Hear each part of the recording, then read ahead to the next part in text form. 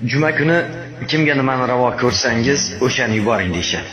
Albatta, qadrdonlarim, men sizlarga shu yerda 2 rakat namoz o'qishlikni ravo ko'rdim. Alhamdulillah, alhamdulillah niyat qiling. Shu yerlarga borib 2 rakat namoz o'qishlik barchalarimizga nasib ro'za aylasin. Alhamdulillah. Niyat qiling. Niyat qiling, yomon bo'lmasin, orzu qiling, armon bo'lmasin.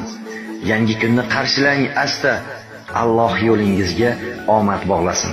Niyat qiling, dildagi mehringiz bo'lmasin ado, aziz boshingizni asrasin Xudo, qalbingizda doimo quvonchga to'lsin, juma ayyomingiz muborak bo'lsin. Qadrdonlarim, juma ayyomingiz muborak bo'lsin.